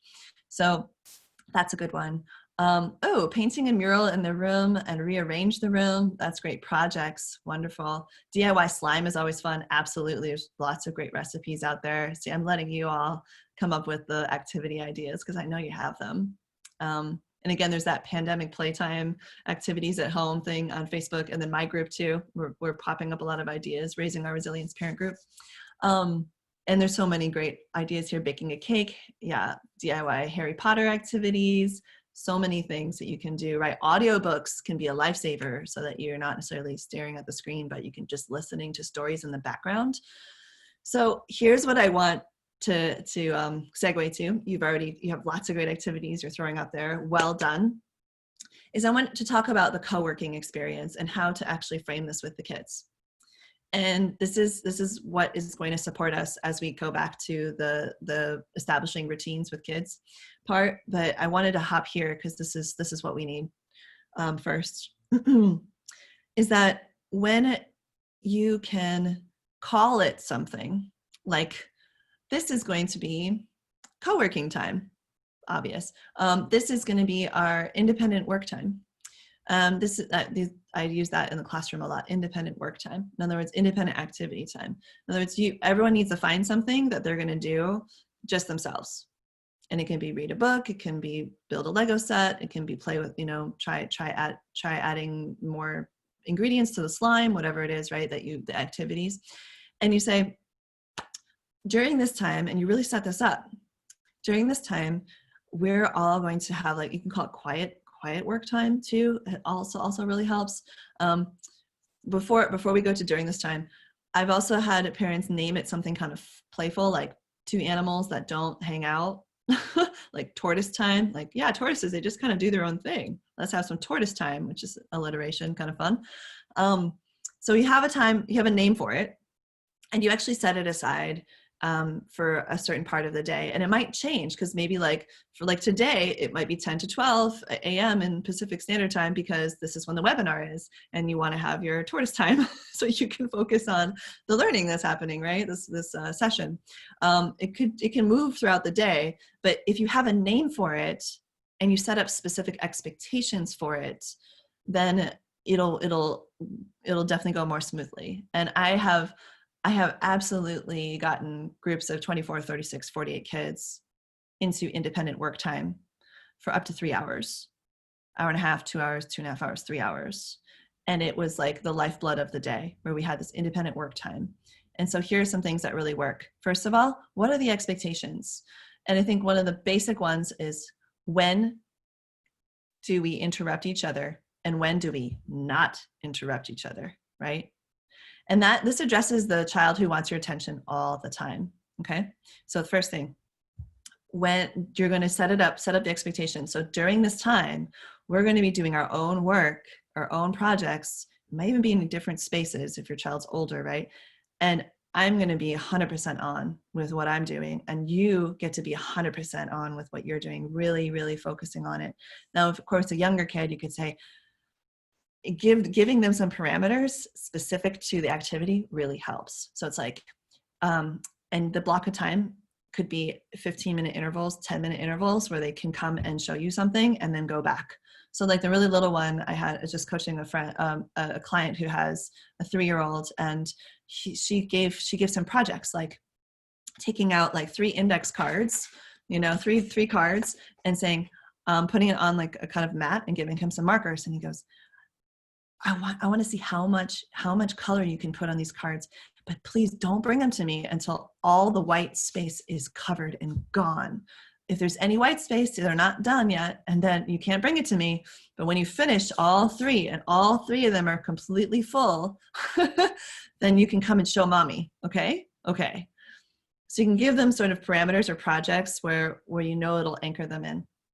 Older students, you're going to have another conversation with them, right? Older kids, where it's like, you can kind of do more of a rationale with them, when they're 10 and older. Another one is like, kids will get sulky if they don't have your attention, if they're used to it. And so giving them a time right after this that you are going to give them their full attention, and you're going to like really ask them about, what did you do during independent work time? And you can tell them like, I'm going to be so curious to know what you did during tortoise time. What was it? I can't wait for you to show me like what level you got to in this educational game, or like how, like your new strategy for solving that puzzle book, can't wait for you to show me. And give them a time where they're actually going to share with you what they did during that time. And you're going to give them your full attention. Now, let's say it's a 2-hour block. The younger the kids, the shorter the intervals are going to be, where they're still going to need something from you. Right? Like it could be 10 minutes, 15 minutes, 20 minutes, but like they need a little check-in from you. And I want to normalize that in our current work from home culture right now. I think just like my dog was barking and I was like, everyone knows I'm home. I'm a professional giving a workshop, but it's like I have a dog and that's just what it is. To normalize in our work culture. And I think DocuSign can absolutely support this. I'm noticing it from my interactions with Charlotte and Amoy and JC and Elaine too, from what she tells me what it's like to work there. You can absolutely normalize that, like you need to step away for a moment to help your child anchor back in. Pardon me. To help your child like anchor back into an activity, or set them up with their next project and come back. And what you want to do on the other side of that is set up the expectation for the child that's saying like, I've got 1 minute, sweetie. I'm just going to help you figure out what the next thing is. You help them and then you say, okay, it's time to go back. Right. And you'll get into a rhythm with it once you cycle through it a few times. So let's review the tips. First is practice this first with activities that your kids are already naturally interested in. Okay, and you've got some great ideas going for that. High interest activities to establish what this co-working time is. The next is consider dusting something off that you already have so that they're able to use things in a new way, or remember that they have a thing. Consider putting a lot of things away and just rotating out things from some sort of storage, right? It doesn't have to be IKEA like CB2, whatever, like beautiful storage. It could really just be like an extra laundry basket that's in the closet for now, a bag in the garage or something. And then you're going to want to establish co-working time for yourself and your kids, and really normalize the fact that the younger the child, the more often you'll have to go and help. Ooh, so Ryan says, I realized that mine likes to help with folding laundry. And then, yeah, there's some other ideas flying here. I'm so glad. Thank you. Flying on the chat here. And the last piece that I want to give you, this is so helpful. And it almost, this whole co-working thing hinges almost entirely on this one thing, which is that you need to have an interruption ritual or an interruption rule or an interruption routine. You need to have a way that you have established for your child to interrupt you politely. For whatever reason, this is something that like we all just forget about, that there's actually a way to be polite and kind when you interrupt and get someone's attention versus not, right? Versus possibly even rude or demanding or pushy or, disruptive. And when a group of people interrupts each other well, the stress level goes way down. How many of you can relate to this and just say, I hear you? How much less stressful it is if you're like in the middle of typing something and you have a moment to just finish your sentence and then turn your attention towards the person or the thing that needs your attention, right? There's all these studies about the truth about multitasking too, that we're not actually can't really attend to two things at once. We just have to switch back and forth. And then it actually wears us down and uses more energy than if we just did single task than single task. So kids are like constantly asking us to multitask our attention on what we actually are doing and what they want from us, right?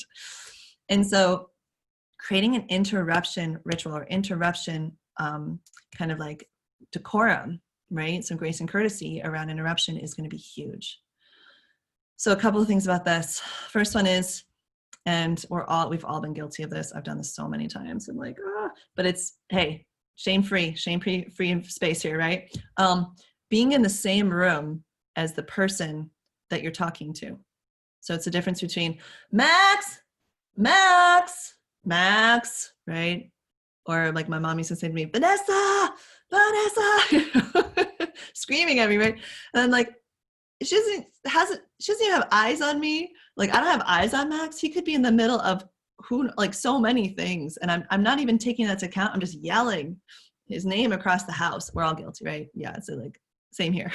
You could put in the comments, same here, Vanessa. Me too. Yes, I do that too. Same here. And so one of the things we can model for the kids is that if we are actually in the same room as them when we get their attention, then we can expect that of them, that you'll be in a meeting and you'll all of a sudden be like, Mom, right? But if you think about it, if that's the way you get their attention, then of course they're going to be getting your attention that way, right? Does that make some sense? Yeah, you can feel into that, right? You're like, so instead, here's what I offer to you. Being in the same room with them and practicing an interruption tool with them as the parent interrupting the child, as much as the child interrupting the parent. Because what they will learn so much more from what you do than what you say. So if you actually use this interruption tool with them, then they're much more likely to use it with you. Makes some sense, right? So it's one of those do as I do instead of do what I say, right? So the interruption ritual for younger kids or interruption tool that I recommend is that you need to be in the same room and make physical contact. And this is during co-working time especially, okay? So they come over and make physical contact with a hand on your shoulder and wait. Like wait, I'm like for dramatic pause here, wait silently, right? So they come over, put their hand on your shoulder.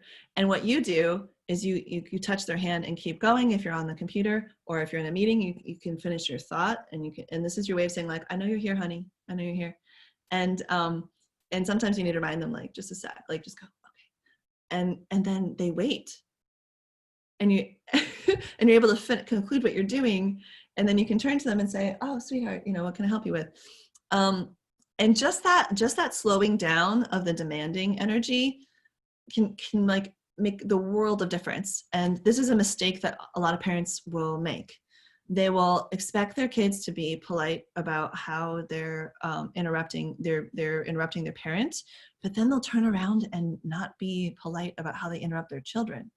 And so that can be really confusing. Yeah. So, this is a huge aha, Charlotte says. Yeah, right?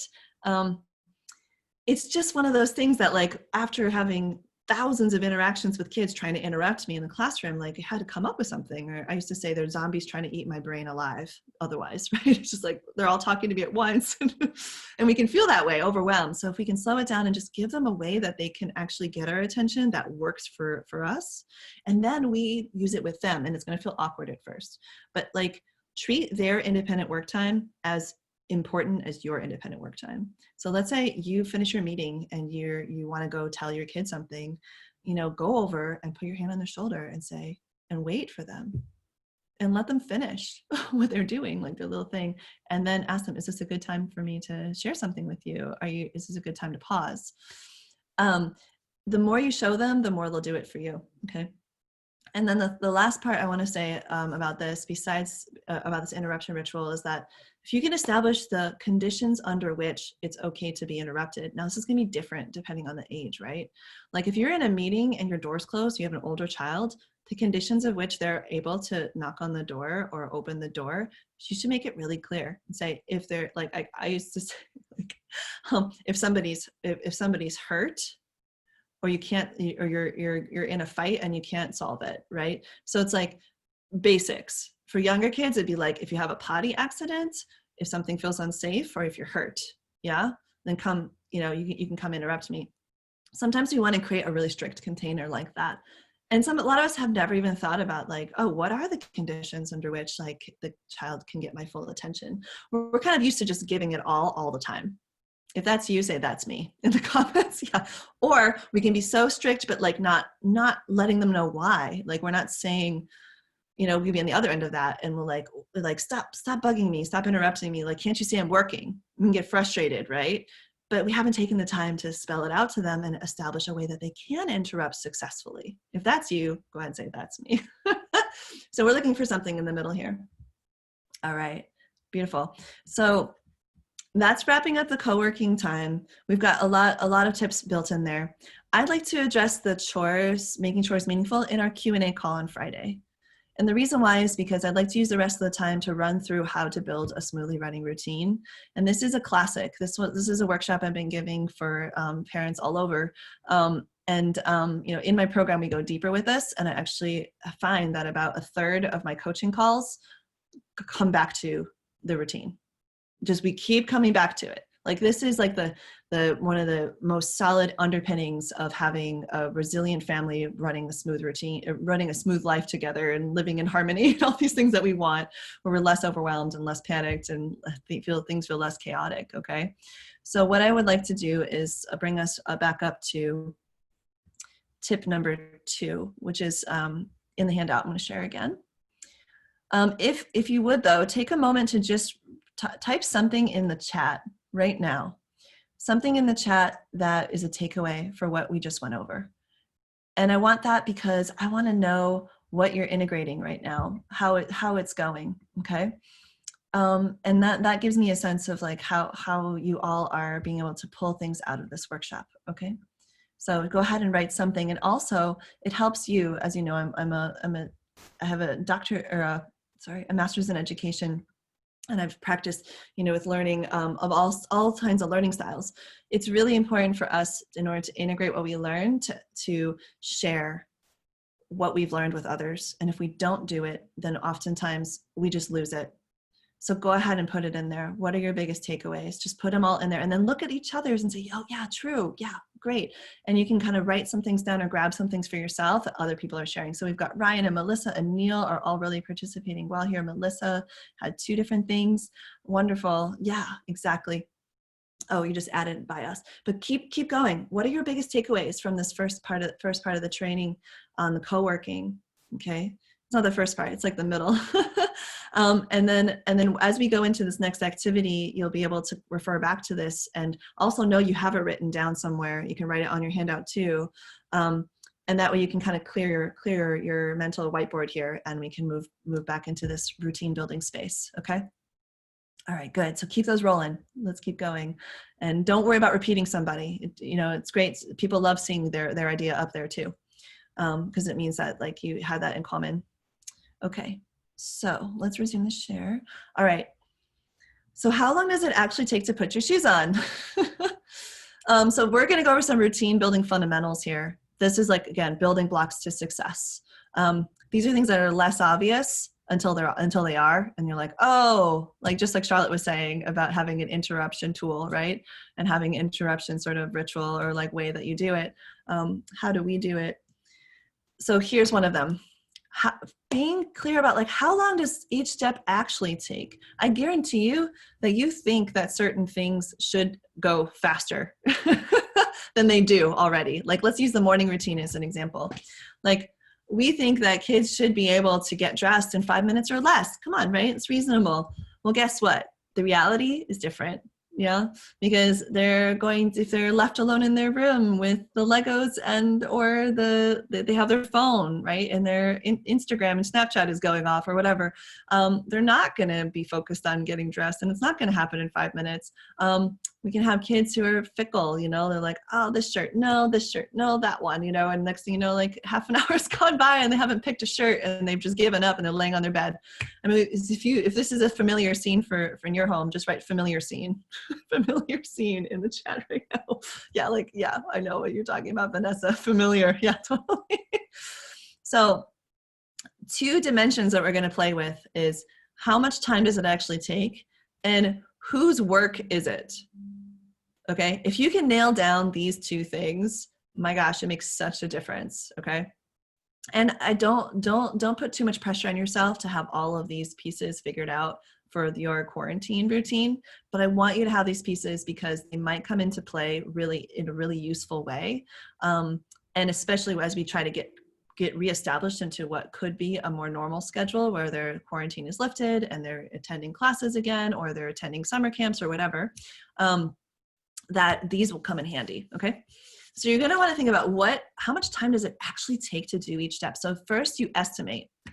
So right now, if you can go ahead and take like one part of your routine that you notice was especially sticky, that is difficult. You put them into the comments earlier, right? Things like getting them to bed on time or the first thing in the morning because they want to get up earlier than I do.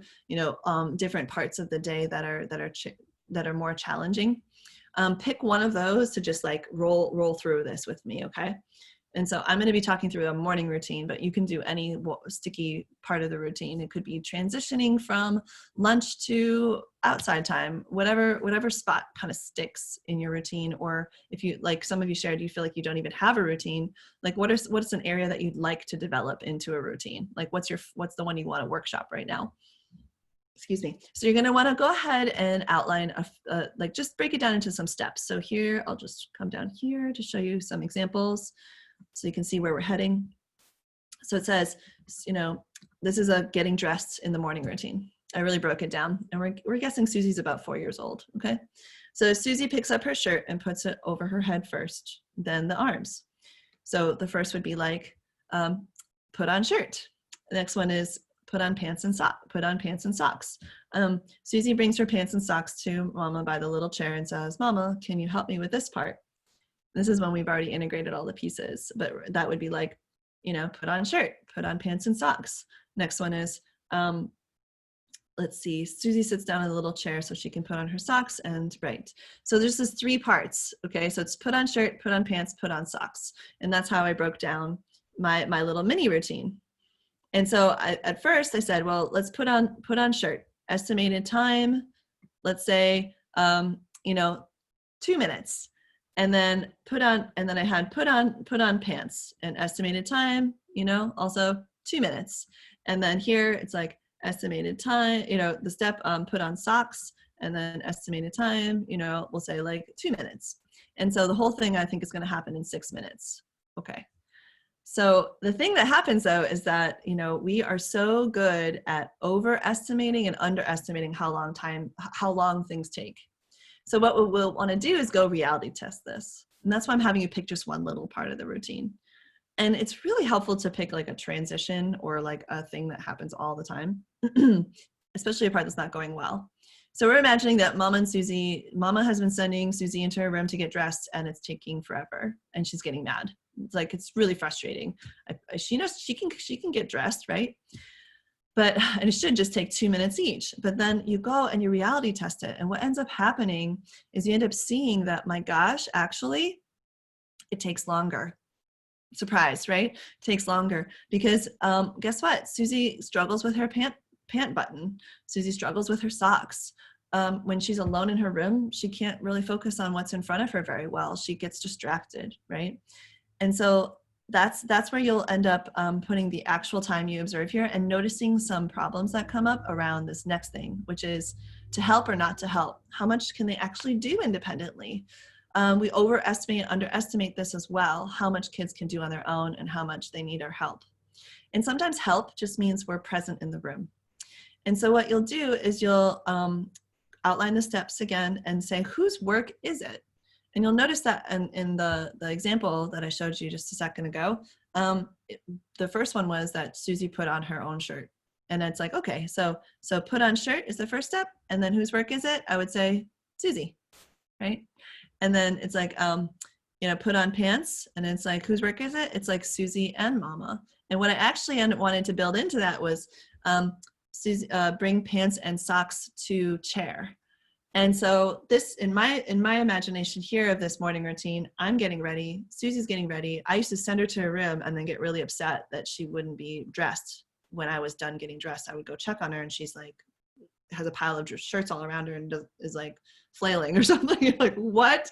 And what I realized is that Susie can actually go get can get a shirt, but only if we put it on, but only if we pick it out the night before. So then I might build in the first step is choose a shirt, lay out clothes the night before, and we do it together.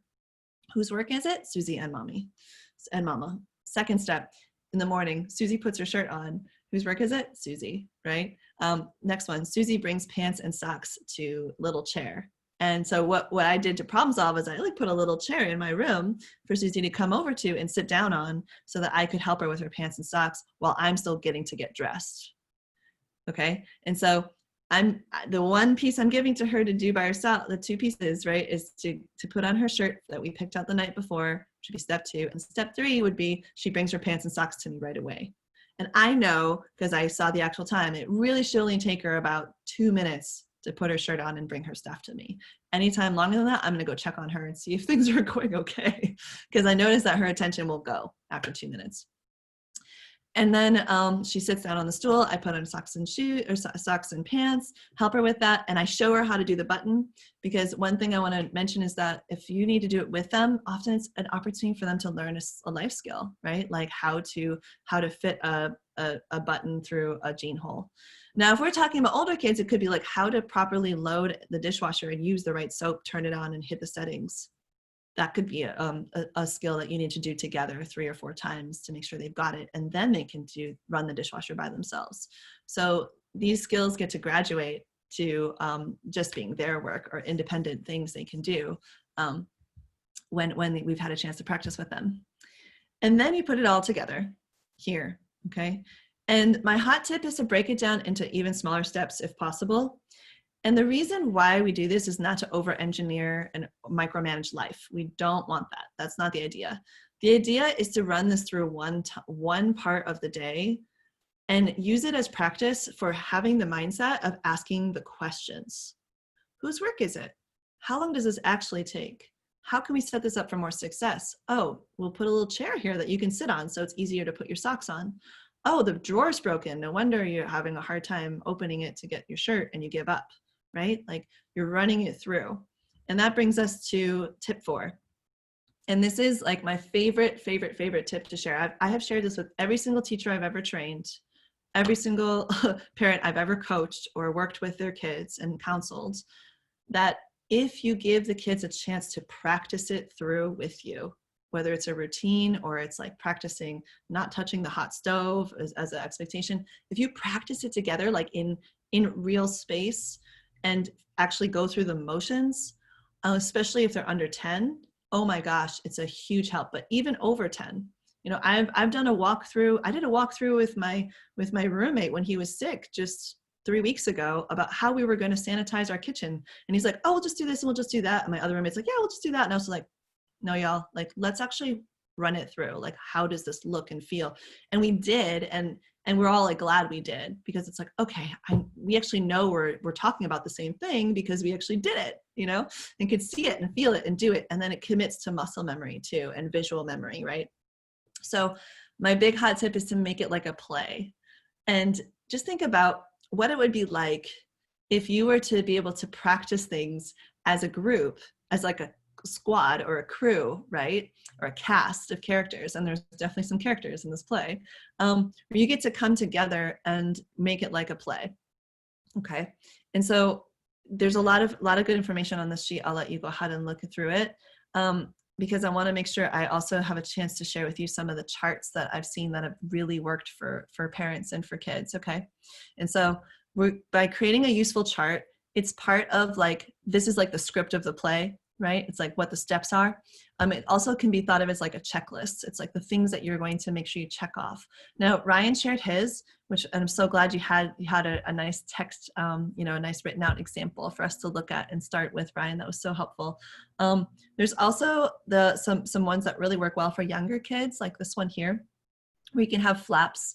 And this is like the sequence of the morning. And then when they're done, you can flip them up. And I've seen parents do it in different ways. I shared this with one of my clients. I'll show you real quick. And she came to one of my routines training that's similar to the one we're having right now. And she went home and she made, let me see, I have to just flip over to it so it shows up. You should be able to see it now. And she made her own that was similar. And she's got her sons and her daughters right here. And how they did it, they just put it on the fridge with magnets, and they cut up just a simple piece of paper. And when they finish, they get to flip it up and stick the magnet on it. And it's like, check, like checked off, right? You can see that. Another third point, like this is like a third point reference too. So you can get a sense that instead of being like, you need to do it this way, and you're kind of like coming at the kid, and the kid's here and the kid's going to push back, right? But if you're side by side and you're looking at the chart together, like, oh, do you see what's next? Oh yeah, that is next. And it's like, well, you're doing Legos though, hun. Like, I don't think that's on the chart. What do you think is next? Let's go check out the chart. Let's go see, right? Oh, the chart says this is what's happening next, right? Especially with younger kids, like you can actually physically walk over there together and say, I wonder what the chart says. And you can create these charts together is a really big tip I have for you too, is that like, as you notice, like the kids clearly help to create these charts, right? In this picture. Another one that I wanted to show you too is that, you know, this is what they created together for their day chart, and it doesn't have to be made on Etsy or from Etsy or things like that. It can be, but you know, it can just sometimes be a nice outline that you come up with together. And they obviously collaborated, as you can see, and they just have some basic, you know, chunks of the day that just help them to get a sense, and then some notes on the side. And so this is kind of their work in progress chart. I did have Sarah Ivy, who's the creator of the Pandemic Playtime activities on Facebook group, which by the way is not a commercial thing. It's just her sharing ideas. And she shared this after I asked her, I said, how are you setting up your schedule? So she has this way of kind of setting up her day, but then she realized that, well, okay, this is the plan, but here's what's actually happening today, you know? And so that there's some flexibility, right? But you can still kind of like map out the plan for the day in the morning, which gives them that preview. And I would add, do a little walkthrough, because when you do the walkthrough, you're like, okay, what supplies do we need? Okay. And you kind of make sure things are set up for the day. And then they just had this little chart where they would just fill it in, you know, some things that bringing in that gratitude and that thankfulness that one parent was asking about here. And then they happen to have some learning goals too with her preschoolers, you know. I also wanted to show you, that's for like 5-year-olds or 3 and 4. And then this child is 7. This is the quarantine schedule they came up with the first 2 weeks. But then they decided they needed to actually make a shift, and they recreated it over here. And this is one of my clients who, was saying like, oh, she's not really on board with cleaning up the house here. So I think I need to actually put it after the Zoom meeting. So they switch that. She has a Zoom meeting with her classroom. And then they found some new activities that they wanted to move in, like having a music jam every day after their outside time. So here's an example of that. And by the way, he's working from home as well, and trying to fit it in where he can as well. And his goal is to create, excuse me, longer times where they can co-work is his next goal, so that he can do that. And one of the things he's noticing really works is to collect things from nature, from their outdoor time. And then they do their music jam, but then she gets to do something with those things she found from nature, or have a project and settle her in. I also have some older kids here. This was before quarantine, but a nice layout and example where you can have like different pieces of a routine and move them around on a grid, and the kids can really have a chance to like manipulate it and decide how the order is going to go. So they had their morning before school time here, and then their after school time here.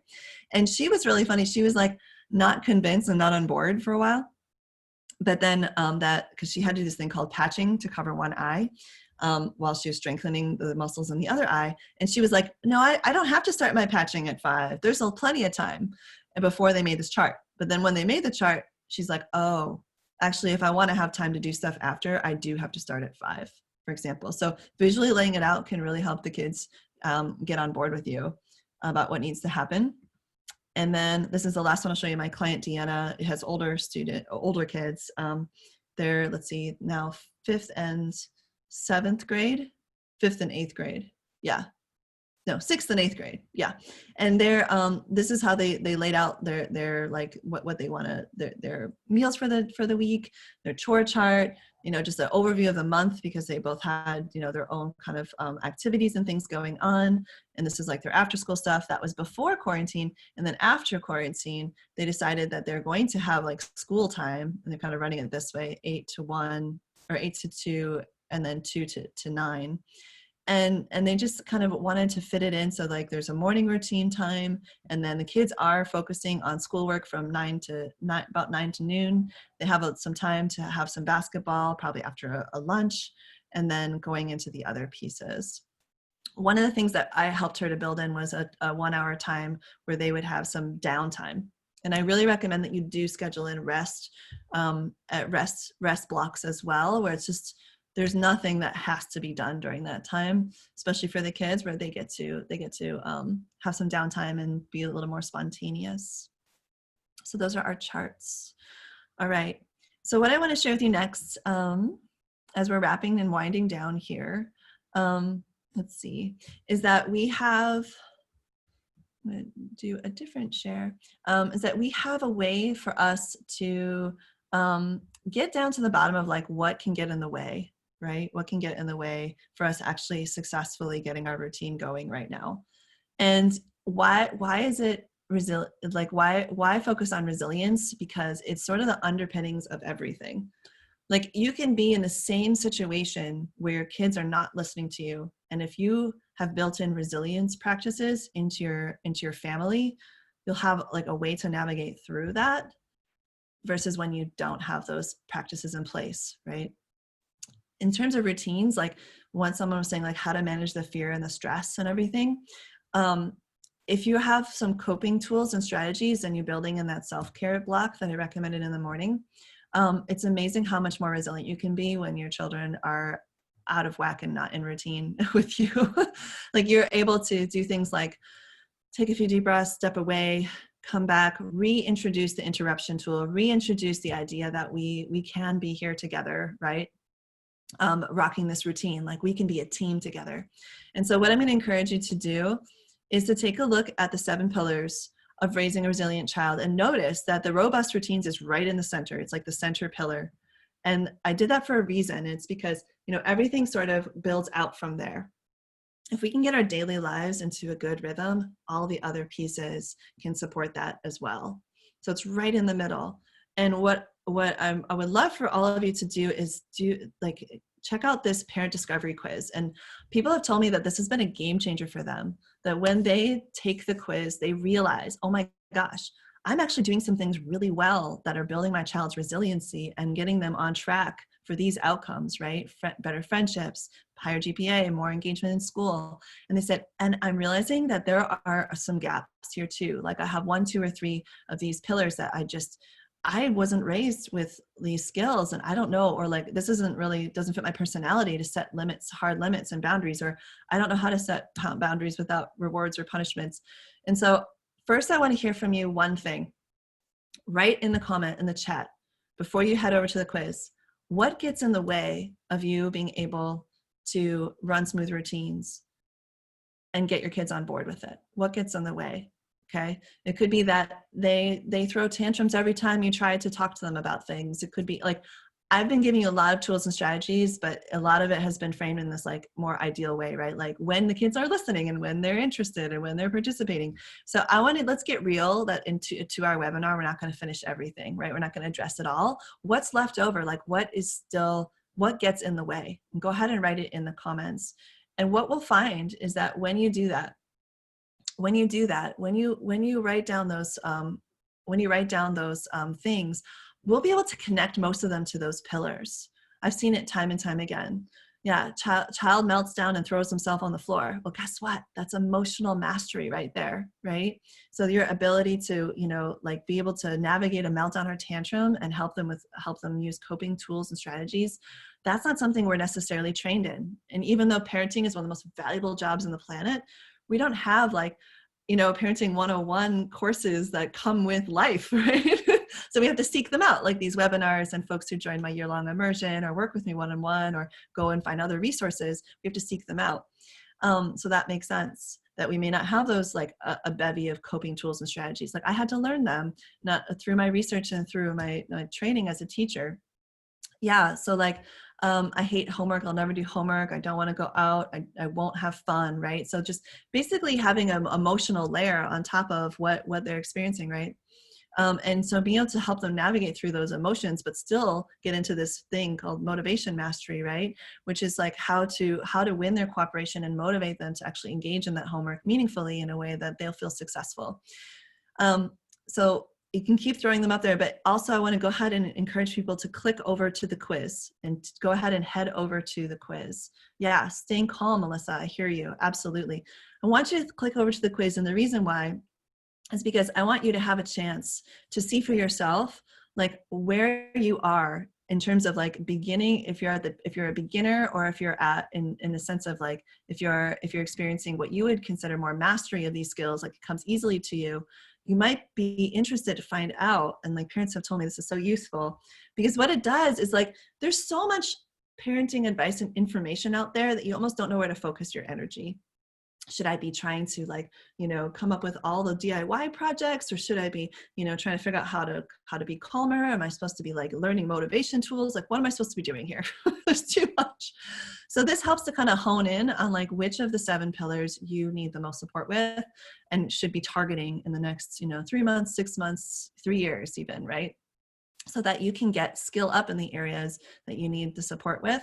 And then you can also rest on the fact that you have some strengths to like keep coming back to help you in those moments where you get stuck. So go ahead and click the 1s, 2s, 3s, 4s, and 5s, go ahead and self-rate yourself so that you can have a chance to get a sense of where you're at, total up your score. I would love to also keep in touch with you. This is a way for me to follow up with you so that, at the very least, you can get my weekly tips that come out. I try to send really juicy, relevant things. Like I just did a piece on the chores, and I sent out some tips. And go ahead and opt in here if that's you, okay? If you'd like those tips, I'll also send you a free guide on, and then this addresses Melissa's question about staying calm. I'll send you a free guide with 6 ways that parents, really smart parents, stay calm when emotions run hot. And I'll show you which one, what that looks like real quick. it's this guide that has like 6 tools and strategies that can help you with that. And it's really nice to just have it in your hands, like something that you can hold or so that you can refer back to, so that if you're experiencing like meltdowns and tantrums and power struggles and your emotions or your lids flipping, their lids flipping, you can come back to this and like learn a tool, use a tool, stay calm in the moment to create that pause with which to respond instead of react. And then the second page also has something called a parent strategy session application. And this is going to be for folks who qualify for some additional support. So I open up my calendar, and I do this for parents because I want you to have personalized strategies that work for your kids. And I know I can help. I know I can help.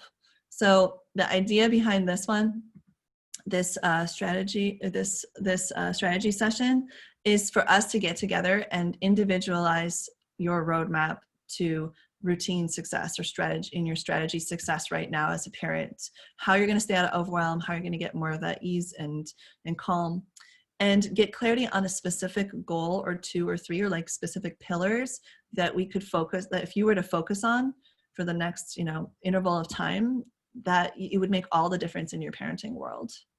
And since we don't have like that many ways that we can learn as parents, like, and really go deeper with it, like I've created programs. I work with folks for 3 months, 6 months, or even a year-long academy that runs that includes those retreats, like the one that Elaine went to. And this is our way to see if any of those programs are a good fit for you, but there's no obligation. Like if you come to the session and we get you some strategies and you're able to go with and take those off and go running with them, awesome. And then check in a few weeks, make sure it's going well, great. And if you would love to focus on some parenting skills right now, we can explore that. So it's my gift and my time to you.